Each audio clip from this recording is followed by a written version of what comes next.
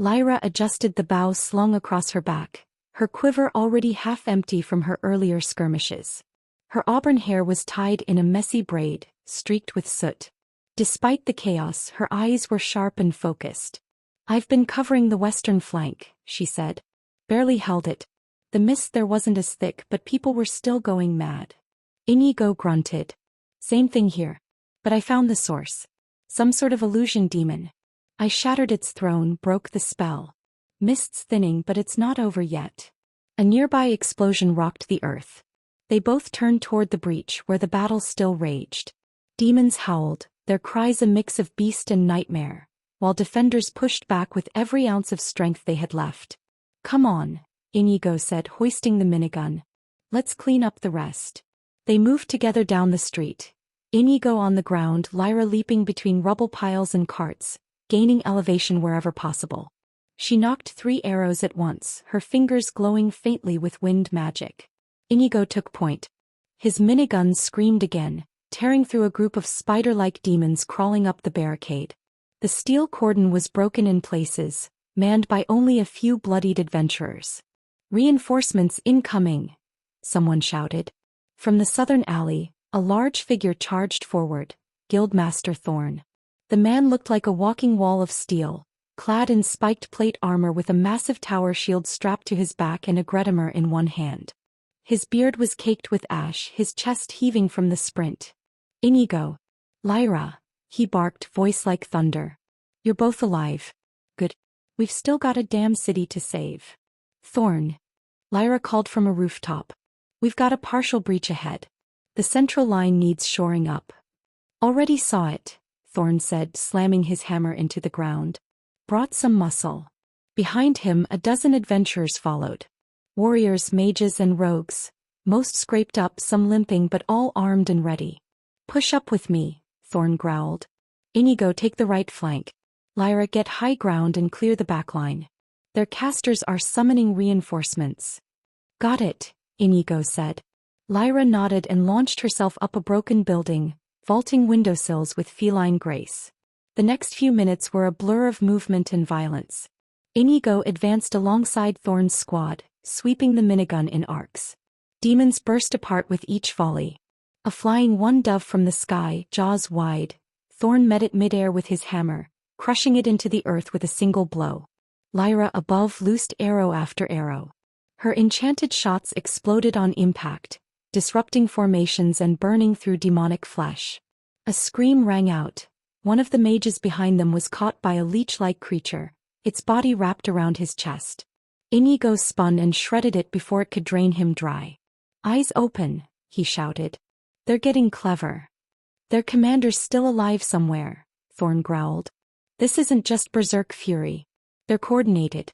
Like they're buying time." "For what?" Lyra called, already preparing her next volley. No one had an answer. Then the sky above shifted. Dark clouds that had once simply churned with smoke and ash began to swirl with color. A vortex formed, purple, green, and black, like a bruise torn in the heavens. From its center something descended. A massive winged demon, nearly the size of a house, slammed into the plaza at the edge of the city's center. Its wings were bone and shadow. Its arms twisted blades. Its face, a mask with 6 empty eye sockets. "The hell is that?" one warrior gasped. Thorn grunted. "That's their real vanguard." The demon didn't roar. It simply pointed. And from every alley, from every shadow, the remaining demons surged. "Hold the line," Thorn bellowed. "Form up on me." Shields clanked. Spears bristled. Inigo fell back to a more defensible position near a broken statue, where he could anchor the minigun. Lyra shifted positions, taking a perch above the plaza's edge. The battle began anew. The demon commander moved like lightning, blades slicing through stone and steel alike. 2 warriors went down instantly, their torsos cleaved in half. "Get it down," Thorn ordered. "Range focus it." Range. Lyra's arrows flew first, one after another, each enchanted with wind, fire, or binding runes. They slammed into the commander's wings and chest, staggering it for only a heartbeat. Then Inigo opened fire. The minigun roared to life, bullets hammering against the creature's mask and limbs. Chunks of shadowy armor broke apart, revealing raw crimson underneath.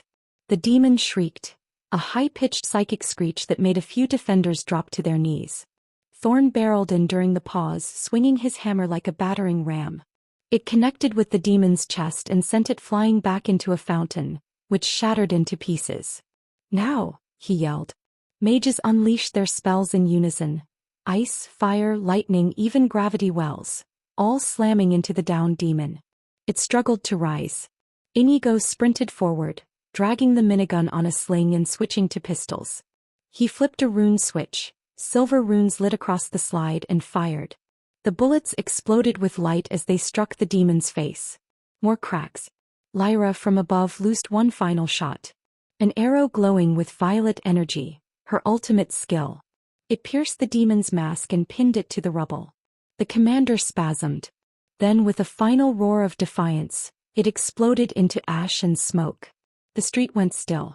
For a moment, there was only the crackling of flames and the panting of the living. Then the mist began to retreat. It slithered back like a wounded beast, dragging its remnants with it. Demons left behind began to vanish. Some exploded. Others simply collapsed like puppets with cut strings. "They're retreating," Lyra breathed. Finally, Inigo said, shoulders sagging. Thorn stood among the wreckage, armor dented, shield gone but still breathing. He looked to the sky where the vortex was shrinking. "They know we're not going to fall easily," he said grimly. "That was a test. A probe. Maybe even a distraction." Inigo looked around at the corpses, the wounded, the buildings scorched and broken. "If that was a test," he said quietly, "I don't want to see the real thing." They gathered the wounded and pulled the dead from the rubble. Clerics and support teams began moving in from the rear guard, casting healing spells and erecting barriers in case of ambush. The plaza was secured. For now. Later, as the defenders regrouped near the breach, Inigo sat on the edge of a broken wall, his minigun resting across his lap. Lyra sat beside him, cleaning her bowstrings with a cloth, her hands trembling slightly. "That illusion demon. It messed with my head," Inigo admitted. "Showed me things that are hard to comprehend." Lyra glanced at him but didn't press. She simply nodded and said, "I see." They sat in silence for a while, the air heavy with the aftermath. Then Thorn approached, a grim smile on his face. "You both did good," he said. "The whole guild owes you. And the city." Inigo looked up. "Is it over?" Thorn replied. "They are retreating, so I believe that's the end." Far beyond the realm of men, past the veil of reality where light and shadow fused into a sea of endless shimmer, the Lady of Illusion stood atop her palace of mirrors. The glass beneath her feet rippled, not from motion but from thought. Her form was fluid, ever-shifting. Today she wore the face of a noble woman, graceful, cold, and ageless, though her eyes still glowed with galaxy-stained light. All around her, fragments of the recent battle hovered like memories caught in crystal. Scenes replayed in silence. The shriek of the vanguard, the minigun's fury, the shattered mask. She watched it all unfold again and again, her lips a thin line. Behind her, the chamber darkened as three generals materialized from swirling mist. Each one knelt. The first to speak was Krell, a beast of muscle and bone whose voice grated like metal over stone. "Lady, why did we retreat? The breach was holding. Their lines were broken. Had we pushed, the city would be ours." The second, Melis, a warlock of seething shadows, echoed the sentiment. "We had summoned the vanguard. His mask was cracked but he still lived. Your presence alone unsettled the defenders. They were breaking." The lady turned slowly, her eyes like twin nebulae. "And yet one of them stood." The generals paused. "The man with the weapon," she continued, gesturing with a single finger. A shard of memory spun into the air between them, showing Inigo's final volley. The bullets tore through her throne, not her body, and disrupted the very foundation of her illusion. "He fought with a thing I do not understand," the lady said. "Not steel. Not spell. Something else. His will pierced my domain and his weapon." She lifted her hand and summoned the phantom of the minigun. It hovered, spinning slowly. No enchantment. No incantation. But it shattered my construct. It burned the vanguard. It broke the spell on hundreds. Melis frowned. "An artifact? A relic of the ancients. No, the lady said, voice low. It is foreign. Alien. The power of a world that should not exist. And the man wielding it, he is not bound by the rules of this plane. An unbound soul, Krell repeated. The Lady of Illusion nodded. Then we must kill him now, said the third general, a pale-skinned assassin known only as Vern. Strike before he grows. You think I retreated out of fear? The lady asked, voice cold. No, lady, Vern said, bowing. I withdrew to watch, she continued. To confirm. Now I have. He is dangerous. He must be studied. Understood. Broken carefully. The palace dimmed. Reflections of Inigo in battle replayed again. The desperation in his eyes, the precision of his aim, the impossible refusal to bend. He stood in my domain and denied me, she whispered. I have never seen that. Not even from kings. The chamber was silent. We will not rush this, she said. If we strike again without preparation, we risk losing more than troops. We risk exposing our hand. What do you command? Krell asked. We observe. The lady turned back toward her mirror throne and slowly, it began to reassemble. And when the time comes, we make him suffer in his reality as he shattered mine. Far below on the mortal plane the mist had faded, but not forever. And above, in the mirrored dominion of illusion, the lady watched, and waited. The fires had been extinguished. The rubble cleared from the main roads. The blood washed away with enchanted rain summoned by the city's archdruids. What remained was not silence, but song. Victory after all was rare. The city of Elandra had stood. Barely. And though the scars still smoked and the scent of death lingered faintly in the stone, the people rejoiced. Banners once sagging with ash now flew proudly again. Children danced barefoot in the plaza, weaving between rows of broken statues. Merchants reopened their stalls, giving out warm loaves and skewers of spiced meat for free. The temple bells rang overhead, slow and solemn, but with a rhythm of triumph. And the name on everyone's lips was Inigo. The gunslinger? One soldier asked. Inigo Velasquez, gold-ranked adventurer, laughed another. He tore through a full platoon of nightcrawlers with that spinning beast of his. Never seen anything like it. It's not magic, I swear. Just pure iron and death, muttered a shaken archer. Whatever it was, it sounded like thunder and made the demons run. Stories spread quickly. Inigo's minigun became the stuff of legend before the battle was even a full day past. Children drew crude sketches of it in chalk on the stone roads. Tavern songs were already being composed. Ballads where Inigo leapt from rooftop to rooftop, a flaming death machine in hand, while the gods themselves watched in awe. In truth, the man himself sat quietly in the shade of the guild's north tower, sipping water from a wooden canteen. His coat had been cleaned, but the dark stains of soot and blood refused to leave. His weapons were stacked neatly beside him, minigun unloaded, pistols recharged with clean rune cartridges and a new dagger sheathed at his belt. Lyra approached with 2 mugs of mead. You are already drinking? Inigo said. It is a celebration, Inigo, she replied, handing him one. We all deserved a good mead for this day. He accepted it, clinking the rim of his mug lightly against hers. To not dying, he said. To thinning mist, Lyra added with a tired smile. They drank. Around them the plaza brimmed with life. Survivors moved through the market, their steps light despite the lingering pain. Clerics healed the wounded in white tents by the eastern wall. Children asked passing warriors if they'd seen the man who was told to have saved the city.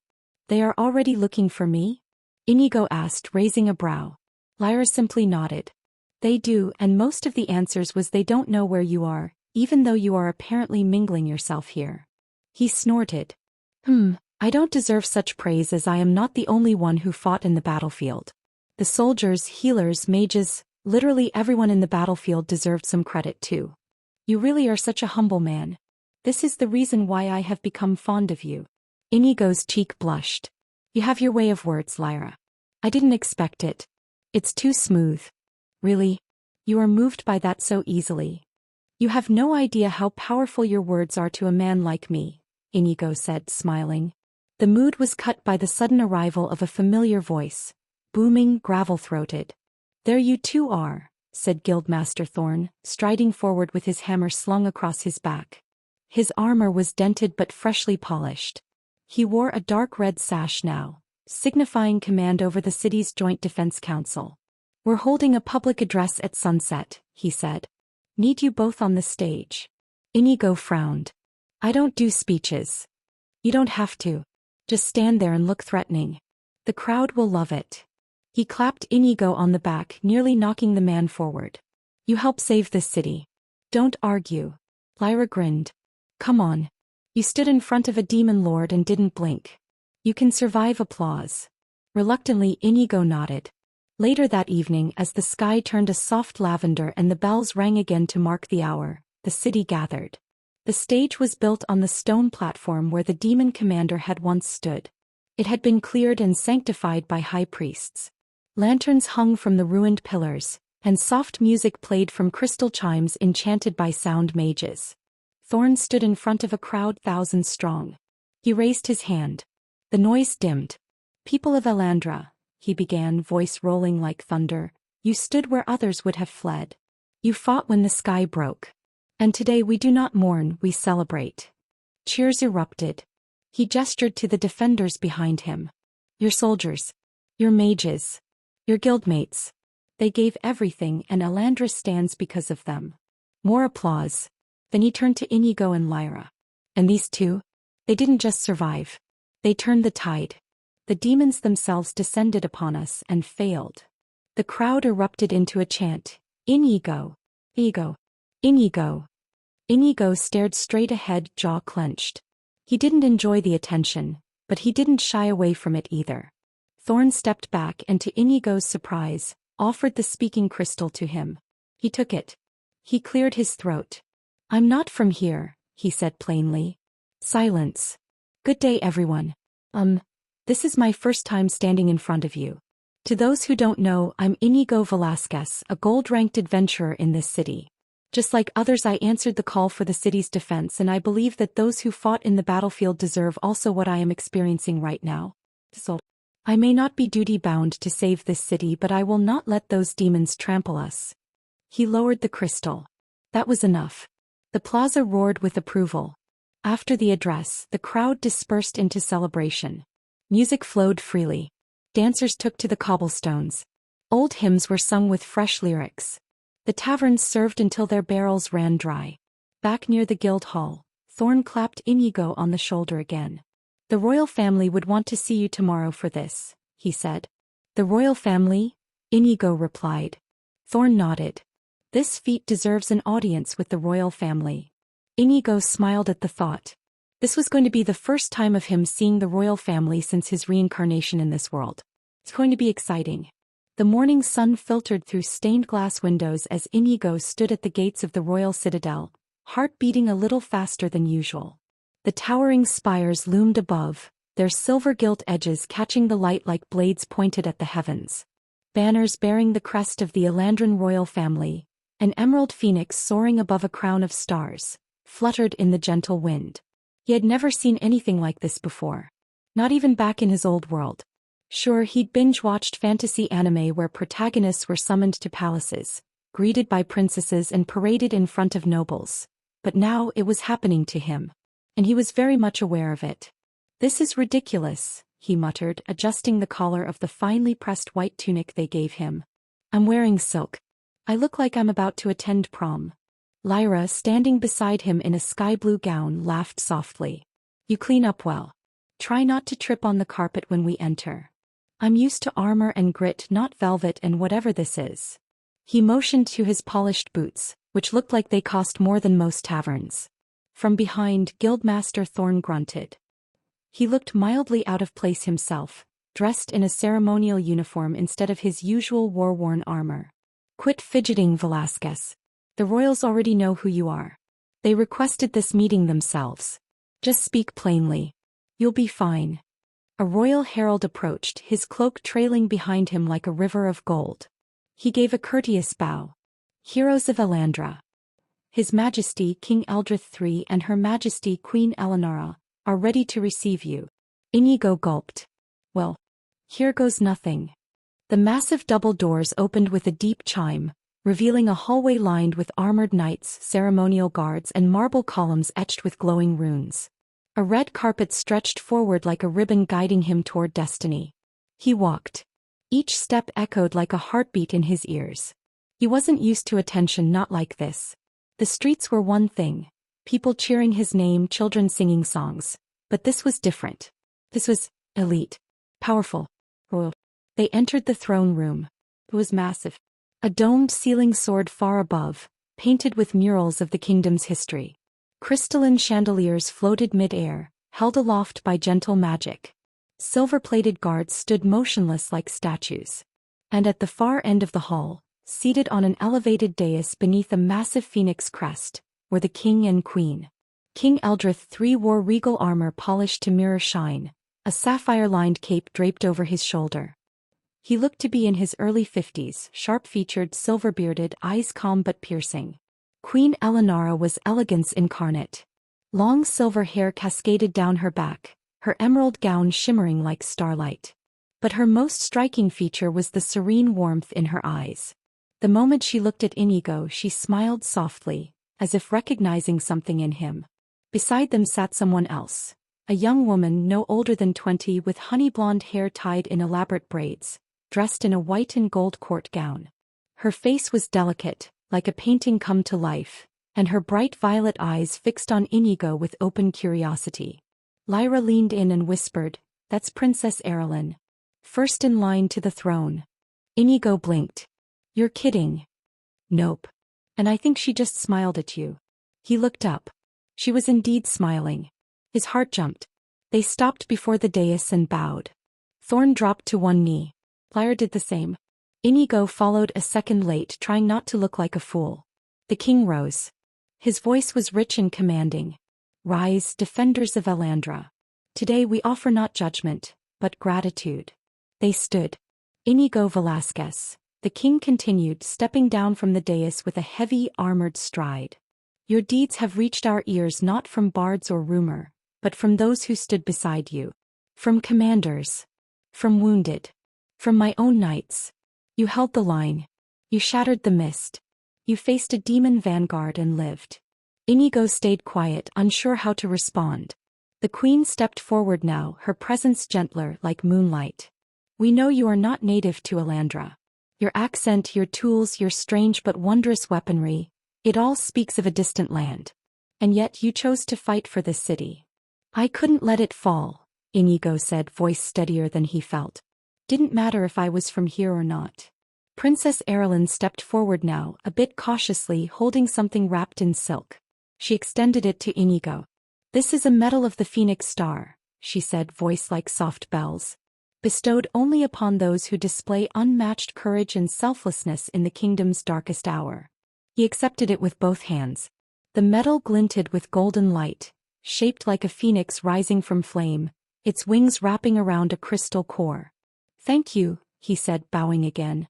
The princess didn't step back immediately. She studied him with wide eyes, then said, "They say your weapon roared like a dragon." Inigo grinned faintly. "It does tend to make noise."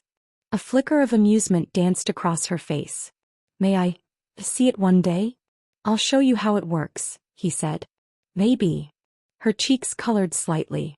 She returned to her seat, clearly trying not to look flustered. The king chuckled. "I suspect your name will echo in these halls long after this war is over, Inigo Velasquez," he said. "And should you ever need shelter, support, or resources, you have only to ask. You are no longer a guest. You are a Elandran now." Thorn gave Inigo a proud slap on the back. Lyra nodded with a small, fond smile. The king returned to his throne. "For now, enjoy the peace. Rest while it lasts." The court dismissed with a bow. Inigo followed Lyra and Thorn out of the chamber, medal in hand, stunned by how surreal it all felt. Outside the palace, sunlight bathed the city's towers in gold. "Well," Lyra said, grinning, "was it everything you imagined?" Inigo looked down at the medal, then at the path ahead. "No," he said slowly. "It was better." 3 days after his audience with the royal family, Inigo found himself once more walking the red-carpeted halls of the royal citadel. This time he wore his usual attire, his armor lightly polished, pistols holstered, and the minigun strapped to a reinforced sling across his back. He wasn't here for a ceremony. This was business. Lyra walked beside him, bow in hand, dressed in her travel leathers. A faint glint of curiosity shone in her eyes. "You really think they're going to send us out again this soon?" she asked. "I don't think they ever stop sending people out," Inigo replied. "I just didn't think we'd be the ones they'd pick next. Don't sell yourself short. You're practically a national treasure now." He gave a wry smile. A noisy one. The pair stopped at the great doors leading into the audience chamber. 2 palace knights opened them without a word, and the familiar warmth of sunlight pouring through stained glass greeted them. This time the court was much smaller. No nobles lined the walls. No formal choir or chimes echoed. It was only the king, seated on his throne, the queen beside him, and Princess Erilyn standing at attention near the edge of the dais. Guildmaster Thorn was already present, arms folded, his expression grim. "Inigo Velasquez," King Eldrith III said, rising. "Thank you for coming on such short notice." Inigo bowed lightly. "Of course, Your Majesty. You may dispense with ceremony. We've already honored you. Now we ask something of you." Inigo's eyebrows lifted slightly. The king nodded to a court mage who stepped forward and conjured a large illusion in the center of the room. It shimmered, then stabilized into a map, detailed and marked with animated flags, storm clouds, and shadowy tendrils spreading like a plague across one quadrant. "This," the king said, "is the Western Rift. You may have heard of it. You may not. Few go near it willingly. But we now have reason to believe the Demon King has returned, and is gathering his forces within." Inigo's eyes narrowed. Lyra's face tensed. "The same Demon King from the legends?" Inigo asked. "He was never truly gone," the queen said softly. "Only dormant. The last Demon King's action a century ago, he was only the Rift, staying for whatever reason, possibly gathering so much force to conquer our realm. And now," the king added, "we believed Essence is whole again, that the Demon King will start attacking. The Rift pulses with dark magic. We've lost 2 scouting parties. The third barely escaped. Their captain brought back a warning etched in blood. He awakens." The illusion shifted, showing the vague outline of a dark fortress hidden amid chasms and cursed lands. "The Demon King commands 4 generals," the king continued. "You've already encountered one, the Lady of Illusion." Inigo clenched his jaw. He hadn't forgotten that encounter. Her magic had warped the battlefield. It had taken every ounce of focus and firepower to break through her constructs. "She is only one of the 4 lords," the king went on. "The others are worse. And if they complete whatever ritual they are enacting in the Rift, not even Alandra's walls will be enough." "So what's the plan?" Inigo asked. "I assume I'm not just here for a lecture." "No. We're asking you to go," the king said simply. "To lead a strike team into the Rift. Not tomorrow. Not next week. As soon as you're prepared." Inigo's breath caught. "You're serious?" "Deadly," Thorn said. "We don't need a hero's ballad. We need the man who stood his ground against a demon vanguard with a weapon no one understood." "We will fund everything," the queen added. "Whatever gear you need, artifacts, enchantments, weapons, supplies, we will sponsor it. You may choose your team. 3 others besides yourself." Lyra stepped forward without hesitation. "I go where he goes." The king nodded. "We expected as much. That leaves 2 more." Inigo exhaled. He looked down, thinking, "I'll need a healer. The best one you have. And a tank. Someone who can take a hit from a demon without turning into paste." Princess Erilyn stepped forward now. "Then I have recommendations." She waved her hand and a court scribe brought forward 2 folders. "The healer," she began, "is Arienne of Solmir. A prodigy. Trained by the high priests of the Twin Moons, blessed with light affinity. She healed a battalion's worth of soldiers during the Battle of Iron Deep. She's not cheap and she doesn't like politics, but she's powerful and loyal." "And the tank?" Inigo asked. Thorn spoke this time. "That'd be Korik the Bastion. Dwarf blood, enchanted armor fused to his body, carries a shield the size of a cart door. Fought dragons back in the northern steppes. Drinks like a whale, but he doesn't fall." Inigo chuckled. "Sounds like a party." Princess Erilyn smiled. "We will send word to both. They will be at your command." And my weapons? He asked. The Royal Forge Master is already working on a special armor that will grant you and your party essential buffs and enhancements, said the Queen.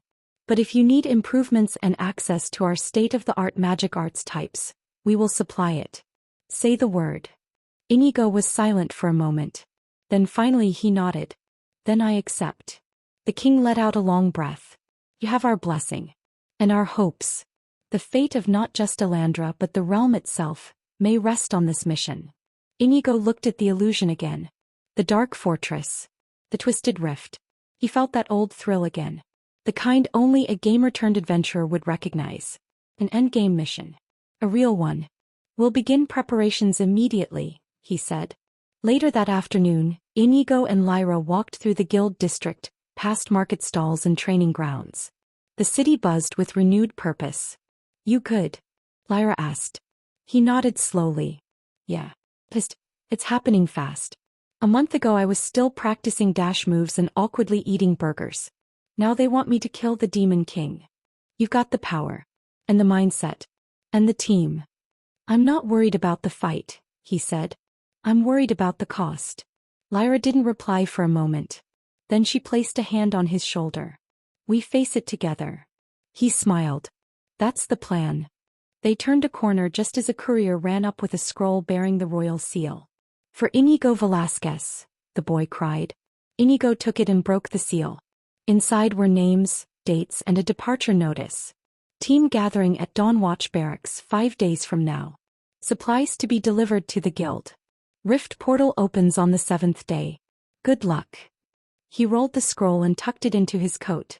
5 days, he muttered. Better get ready. The next morning, the first rays of sunlight hadn't yet kissed the cobblestones of Elandra when Inigo arrived at the Forge District. He wasn't alone. Guildmaster Thorn had arranged a private audience with the Royal Forge Master, a stoic dwarf named Brannick Steelmantle, whose beard was braided with silver wire and who wore goggles that constantly fogged from the heat of molten steel.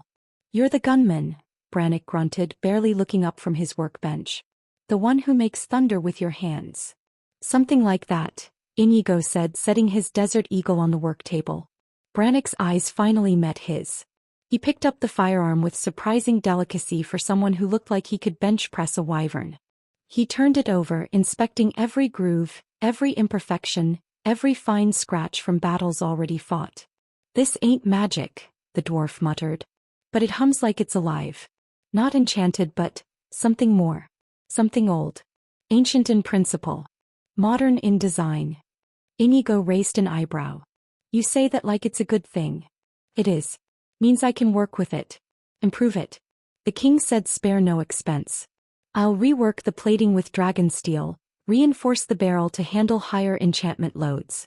And I'll craft you a second one to match it. No need, and since you can do that I'll have you do my other weapons too. What about armor? Inigo asked. Brannick nodded toward a side rack where partial sets of shimmering gear were being assembled. One for Lyra, clearly tailored for mobility and archery. Another with runic shoulder guards and wide bracers likely intended for their future tank Korik. And then there was his set, sleek modular plating with smooth contours that shimmered faintly with enchantments still being etched into the steel. It'll amplify your agility, reload speed and elemental resistance, Brannick said. You'll be able to blink dash without draining your stamina like before. I even made room on the back for that oversized barrel of yours. You're a miracle worker, Inigo muttered, genuinely impressed. No, I'm just good at what I do, the dwarf huffed. Now get out. I've got work to do before you throw yourself into a death trap. Outside the forge, the city had begun to stir. Merchants rolled out awnings, children chased each other between stalls, and the blacksmith's rhythmic hammering filled the air like a heartbeat. Inigo exhaled and made his way toward the Adventurers Guild, where a separate wing had been cleared for training. By midday he and Lyra had tested 24 types of arrows, explosive tips, elemental shots, even ones enchanted to seek out heat signatures. He'd practiced dash maneuvers in tight combat drills, learning to weave between magic traps while dual-wielding pistols. We're sharper than ever, Lyra said, not even winded. But the rift is a different beast, Inigo replied. I don't know what we'll find there. You never do. That's why we bring allies. That's why we prepare. Later that evening they returned to the guild's upper lounge. A map of the continent stretched across the table before them, pinned at various points with markers, scouting reports, magical surges, even rumored movements of the Demon King's generals. Ariane of Solmir had already arrived, sitting cross-legged with a holy staff resting beside her. Her white robes glowed faintly in the dim candlelight, and her expression was calm, almost meditative. She raised a hand in greeting but said nothing, content to observe for now. Korik showed up next, stomping into the room like a living avalanche. His armor clanked with every step, the shield strapped to his back taller than most people. He eyed Inigo up and down, then gave a grunt of approval. "So you're the loudmouth," Korik said. "You'll hear it soon enough," Inigo replied, smirking. By nightfall the team was assembled. The rift loomed on the horizon, not just in maps but in conversation, in breath, in the unspoken tension that crackled between them. As they sat around a table sharing one last meal before full preparations began, Inigo looked at the three people around him. A healer who could resurrect the nearly dead. A tank who had faced dragons. A deadly archer who knew him better than anyone. And himself, a man from another world now entrusted with saving this one. "Here's to not dying," Korik said, raising his mug. Lyra rolled her eyes. Great toast, truly inspiring. But Inigo chuckled. Then he raised his own. "No, he's right," he said. "Here's to surviving. And making sure the Demon King doesn't." They clinked their cups together. The fire crackled. Outside, the wind howled softly as if whispering of battles to come. And so the countdown to the rift began. The morning sky above Elandra was cloudless and pale, the kind of sky that promised dry winds and dust in the teeth. At the edge of the Dawn Watch barracks, 4 figures stood in silence, each armored, armed and alert. Lyra adjusted the grip on her bow. Korik the Bastion leaned against his massive shield like it was part of him. Ariane of Solmir stood with arms folded, her robes faintly glowing under the morning light. Inigo, in freshly polished combat armor, stood slightly apart, his fingers absently twitching near his belt. The city gates opened with a long groan of iron and timber. Beyond lay the old Imperial Road, cracked, worn, and destined to wind through more than 1,000 kilometers of plains, mountains, ruins, and wasteland before reaching the edge of the Western Rift. Lyra glanced sideways at Inigo. "We're walking that?" "Yeah," Korik added, squinting west. "I count maybe 30 days on foot. 40 if the terrain turns sour. 50 if we don't kill each other first." Ariane said nothing, but her eyes narrowed at the distant haze. Inigo took a deep breath. "Actually, we're not walking it." He tapped at the system interface only he could see. It shimmered just behind his eyelids, the familiar blue panels hovering at the edge of his mind. Token balance: 165,235. Purchase: military vehicle, armored personal carrier. Cost: 25,000 tokens. Confirm purchase? He confirmed. A brief flicker, a flash of light, and then the air shimmered like a heat mirage. With a deep mechanical thud, something massive slammed into existence on the packed dirt road just outside the gate. The ground trembled. Dust exploded outward. A hulking, sand-colored Emmy appeared, an armored behemoth on 6 rugged wheels with reinforced windows, a high chassis and a mounted turret seat up top. The others froze. "What in the hell is that?" Korik barked, yanking his axe halfway out of its sheath. "Is that a siege golem?" Ariane blinked. "It's not magical. But it radiates something ancient. Mechanical." Lyra stepped forward slowly, eyeing the armored vehicle from front to back. "That's yours." Inigo grinned. "That's our ride." There was a moment of stunned silence. "No horses?" Ariane finally asked. "No horses," Inigo confirmed. "No oxen, no reins, no whip. This thing runs on combustion. Internal engines. Long story." Korik thumped a hand on the metal door. "Feels like a moving fortress." "It kind of is." "But how does it move?" Lyra asked. "You said combustion. Fire magic." "More like controlled explosions," Inigo replied. "But explaining engines to you would take an entire semester of engineering courses. So I'll just show you." He opened the heavy front side door with a loud clank and climbed inside, taking the driver's seat. The others hesitated as he flipped a switch. The dashboard lights flickered on. With a short hiss of pressure and a whine from the starter motor, the engine growled to life. The roar echoed down the street. Steam vented from the exhaust pipe, and the Emery settled into a low rumble, like a beast waking from hibernation. "Holy shit," Korik muttered, his eyes wide. "It's alive. Get in." Inigo called over the sound. The rear hatch swung open, revealing a reinforced interior with 6 seats, armor plating, storage compartments, and enough legroom for even Korik to sit without folding in half. Ariane stepped in first, settling into a corner with poise. Lyra followed, trailing her fingers along the cold metal. Korik climbed in last, muttering to himself as the hatch shut behind him with a final clunk. From the driver's seat, Inigo spoke over the internal intercom. "Seat belts." "Seat what?" Lyra asked. "Just grab the strap next to you and clip it into the buckle." After some awkward fiddling and one accidental pull that nearly knocked Korik off balance, the team managed to buckle in. Inigo shifted the vehicle into gear, pressed the throttle, and with a deep mechanical roar the MRP surged forward. It wasn't a fast start, but it was steady, powerful.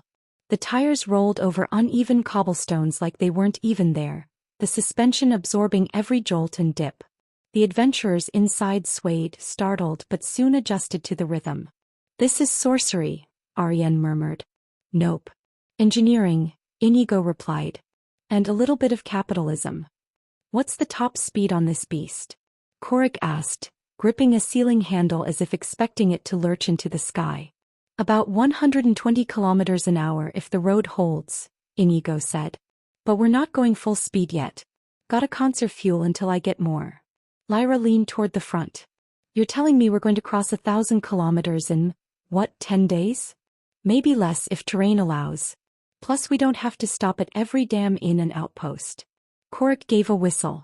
"You just killed the entire merchant caravan industry with this thing." Inigo smirked. "Yeah, I've been doing that a lot lately." They passed through the outer districts of Elandra, drawing the attention of stunned civilians and a few palace guards on horseback. A few saluted. Others merely stared. Eventually the city gave way to countryside, rolling fields, windswept hills and narrow dirt roads that the MRP handled with ease. Birds scattered at the rumble of its passage. The occasional deer darted into the underbrush. The silence inside the cabin gave way to murmured conversation. "So, your business together back at the capital. How are you going to handle it now that you two are leaving?" Korik asked. "We just temporarily closed it," Lyra said. "The customers were sad about the announcement, but since we are fighting a major enemy here that could threaten the whole of mankind, we have to do it." Ariane chimed in. "So the rift, I remembered you two going inside of it, and inside the rift was an abyss where the Demon King and his demon generals reside. Did you encounter them during your raid inside of the rift?" "It was only a cave system," Inigo replied and added. "Though there are some monsters that are totally different in this realm. I thought it was an abyss at first but could be part of it." They drove for hours, passing through abandoned checkpoints, overgrown villages, and the occasional set of ruins reclaimed by nature. Every now and then Inigo would stop the vehicle for a brief rest. The MRV idled silently, the engine's warmth seeping into the metal walls. That evening they camped beside a crumbling stone archway, what remained of a centuries-old imperial bridge. The MRV stood nearby, silent and watchful like a sentinel. Korik made a fire. Ariane prayed in silence. Lyra kept watch, her bow resting across her lap. Inigo sat atop the MRAP's hood looking at the stars overhead. "Do you miss your hometown?" Lyra asked, joining him. He hesitated. "Sometimes, but I can't do nothing anymore since I can't return to it." "Why not?"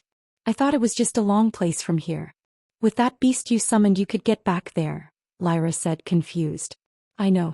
But no means of transportation is capable of getting me home, let's just leave it at that. What's important is that I am alive and living in this place beside you, of course. Things are going fast between us. It has never been a year but we are already tasked with killing the Demon King. Isn't that absurd?" Inigo continued. "I don't think so," Lyra replied. "And it was not the first attempt that a party was formed to defeat the Demon King. There were already others who had failed. That is what I am keeping in mind. The failed attempts, making it a difficult mission and a long one. This mission is going to be a long adventure." She smiled faintly. A long adventure indeed, which could take months or years. Even if the rift is there, we have no guarantee that it's open when we arrive, and if it's not, we'll have to wait. At least we get to discover parts of the world, Inigo said. You are right, Lyra chuckled. Lyra leaned against his shoulder, her voice soft. And no matter how long it takes, we'll see it through. The fire crackled gently below them, casting dancing shadows on the stone arch down at the base of the camp. Korik had finally laid down his bedroll and was snoring in thunderous intervals. Ariane remained awake but silent, her hands resting over her staff, eyes closed in quiet meditation. Inigo let out a long breath. This spot, it's quiet. No beasts nearby. No cursed air. Just open sky and old stones. It's perfect. It is, Lyra agreed. Feels like the kind of place where nothing bad could ever reach us. He nodded. We should enjoy that while it lasts. Together they climbed off the Mrap's hood and returned to the campfire. Inigo laid out his cloak and armor, setting his weapons beside him in arm's reach. Lyra lay close, her bow cradled in her hands like a lullaby. Night, she whispered. Night, Inigo murmured back, eyes fluttering shut. The stars above burned silently as the rift loomed far beyond the horizon. But for now the team rested, together, whole and unbroken. Tomorrow the road would call again. The road had narrowed into a dirt trail hemmed in by jagged rocks and gnarled trees. The Emeripe rumbled forward, its reinforced frame bouncing gently with each uneven dip in the path. Dust curled in the vehicle's wake, hanging in the still afternoon air like smoke. Inigo sat behind the wheel, eyes scanning the terrain ahead while the others sat in quiet alertness. Korik, ever watchful, muttered, "Too quiet." Ariane opened her eyes from meditation. There's something in the air. I feel interference. Magical. Distorted. Lyra, bow resting on her lap, glanced out the narrow window. An unnatural silence. Not even birds. That's when the first arrow struck. It didn't hit the Emeripe, but thunked into a nearby tree trunk ahead, quivering with unnatural force. Inigo immediately slammed the brakes, the Emeripe grinding to a sudden halt. Ambush, he barked, already reaching for his Desert Eagle sidearm. Everyone out. Shields up. The team scrambled out of the vehicle, slamming the armored doors behind them. Lyra rolled into the underbrush, drawing her bow in a single motion. Ariane whispered an incantation under her breath, her robes flaring with golden light. Korik lifted his massive tower shield, planting his feet firmly like a bulwark of steel and flesh.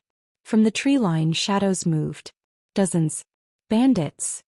Lyra hissed. A lot of them. Too organized to be simple highway scum. Ariane raised her staff. They're enchanted. I see mana threads. Someone's controlling them. Figures, Inigo muttered. Can't just get a regular robbery out here.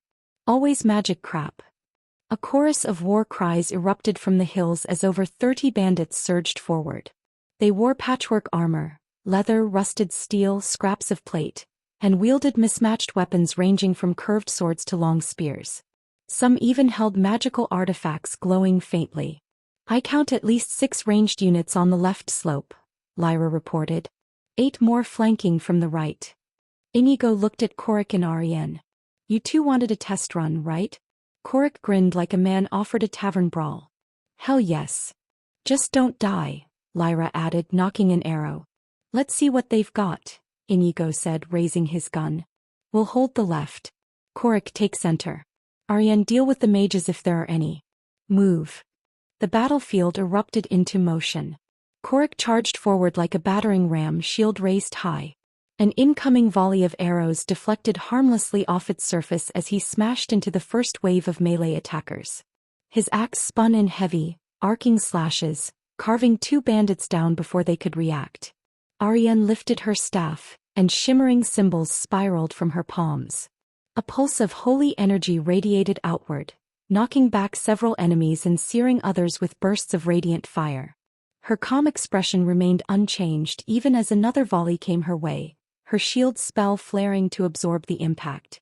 Meanwhile, Lyra was a blur among the trees. Her arrows whistled through the air with lethal precision. Each shot found a throat, an eye, or a vulnerable joint in armor. She danced between roots and stone, always moving, never letting herself be pinned down. Inigo advanced carefully along the left slope, firing his Desert Eagle with deliberate aim. Every shot exploded like thunder, the large-caliber rounds punching clean through armor and dropping enemies instantly. One bandit raised a magic barrier. Inigo aimed for his leg instead. The man screamed and dropped, writhing. More kept coming. "30's an understatement," Korik bellowed. "They're still spilling out of the forest." Ariane pointed her staff to the treetops. "I see the source. There's a summoner, top of the ridge."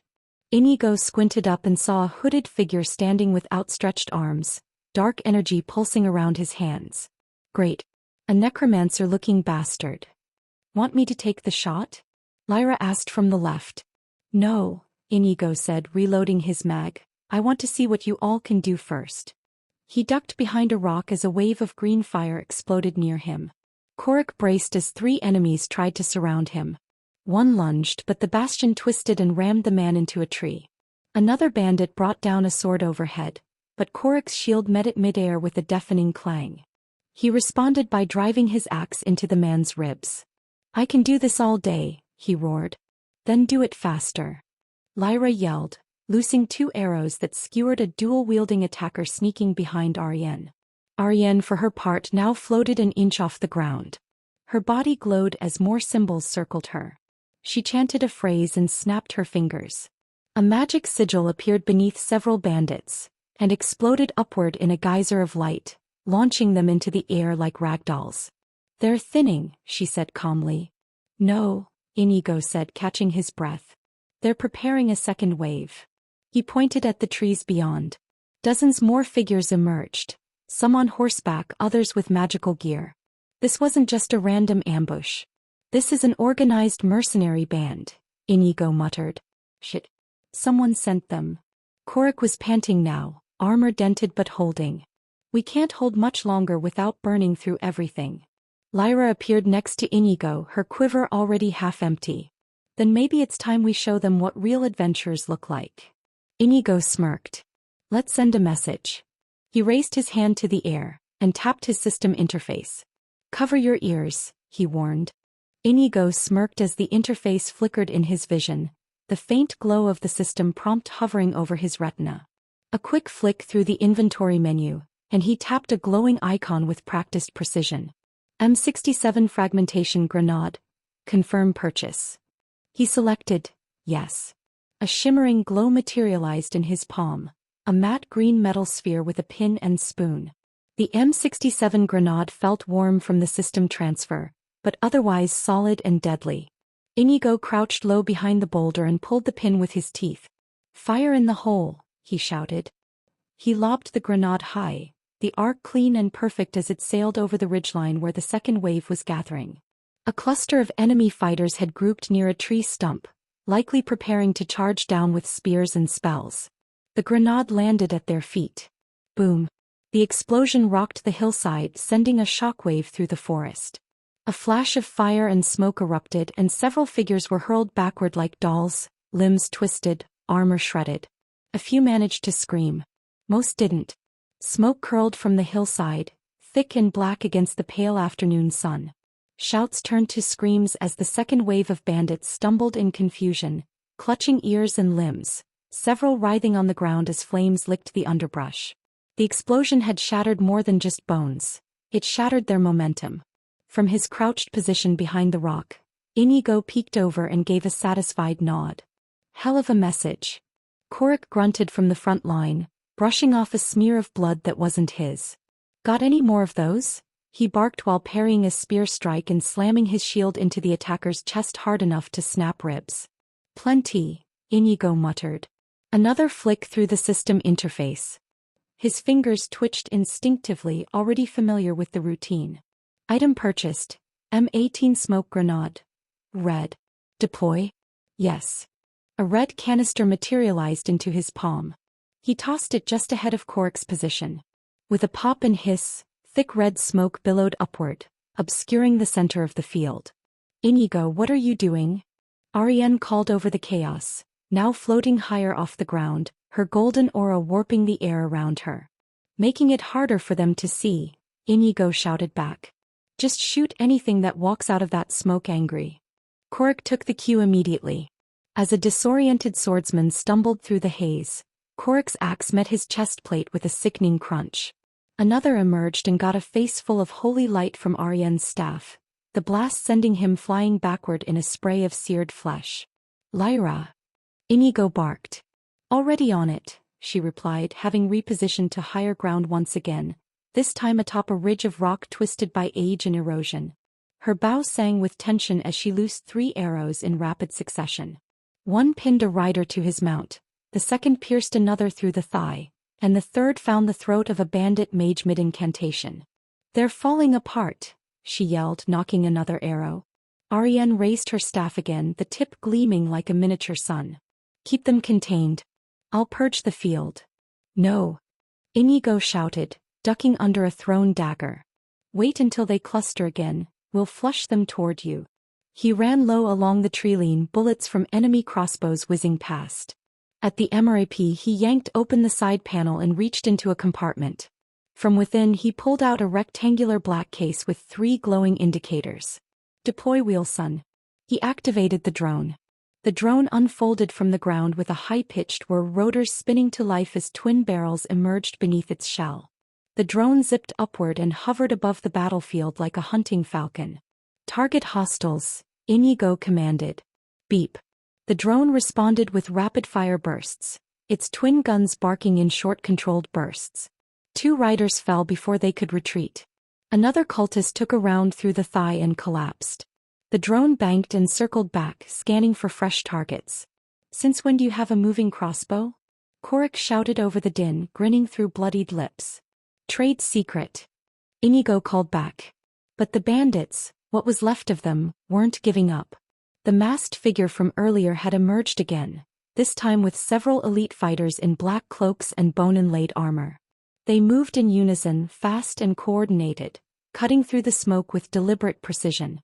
"They're regrouping behind that fallen oak," Lyra called. "Looks like the command group."